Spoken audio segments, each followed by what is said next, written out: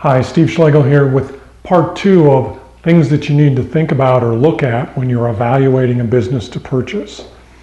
And in this segment, we're taking a look at more marketing issues. And the first one, of course, is value proposition. What makes the product or service that the business you're looking at to be so good that you're going to be attracting customers away from their competitor? Everybody has competitors. Everybody has competitors. And so when you take over that business, don't just buy the business because it seems to have a good financial track record, but understand truly what the value proposition is. Why do people buy from this particular business? You may be able to change that value proposition a little bit as you go forward to make your business grow faster and be even more profitable. But if you don't understand what that value proposition is and you take over that business, you run a big risk of not continuing to communicate that or even harming the value proposition of the business, driving the business down right after you purchased it, which obviously isn't a good answer.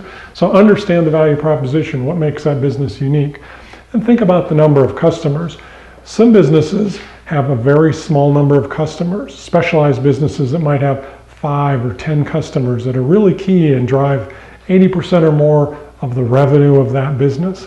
If that's the case, you need to think about how you're going to make those 5 or 10 customers really comfortable with the transition to you. Because if they have a small number of customers and you come in and 1 or 2 of those customers decide they don't like you, personality doesn't fit, they don't like the direction that you're going, and they leave, that can be a huge hit to your business to lose that much in sales. It's usually safer in the continuity of buying a business when there's a large number of customers as opposed to a very small number. But each case is different and you have to look at it, but think about how big is that customer base in numbers. And then what about the competition? It's kind of related to value proposition, but who is the competition?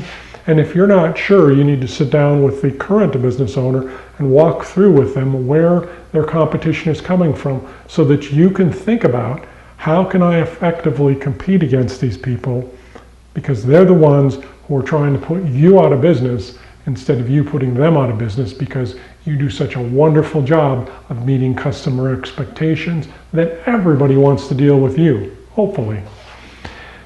Then think about market share. It's always good to understand what part of the market that you have, whether this company you're buying has 25% of the market or 2% of the market.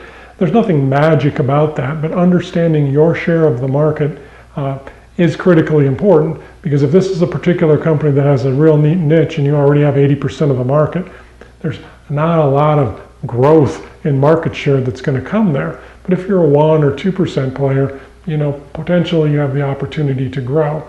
And part of that, again, related to the competition, if your competition is really well-funded organizations that have a nice financial structure, they have the ability to play hardball with you in that competition, that's going to be more difficult to deal with. Kind of the ideal situation is when your competition's a little bit disorganized, not efficient or effective in what they do, and the market is poorly served. Now, when you come along, even if you're buying a company that has 5% of the market share, and you can come in and make their experience so much better, meet their expectations in a way that they've never been met before, you can take that disorderly marketplace that's out there and really bring something to the table that makes people flock to you rather than dealing with that bunch of disorganized competitors. And that can be a wonderful opportunity, and we look for that sometimes as entrepreneurs as a way to turn around a business, really make it profitable, and then be able to sell it for quite a profit down the road. Then think about industry trends. Where is the industry going? Is this industry being subjected to more regulation and more government restrictions?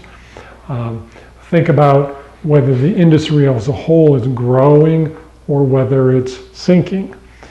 Because one analogy is that industry as a whole is like the ocean, and if that industry as a whole is growing, then all of the boats on the ocean are floating up with it, and if the industry as a whole is sinking, then all of those boats are sinking. You don't want your boat to be sinking, so if you're getting involved in a business where the industry is on the decline, that's many times a clue to not get involved with that particular business. You like to be in industries that are growing or at least stable with an opportunity for you to grow and take more market share in it. These are just some thoughts. I'd encourage you to go back to my website and find the article that deals with this, goes into more detail on more issues. But I just want to give you a heads up so that you can look at some additional thoughts that you should have as you evaluate the next business that you might buy.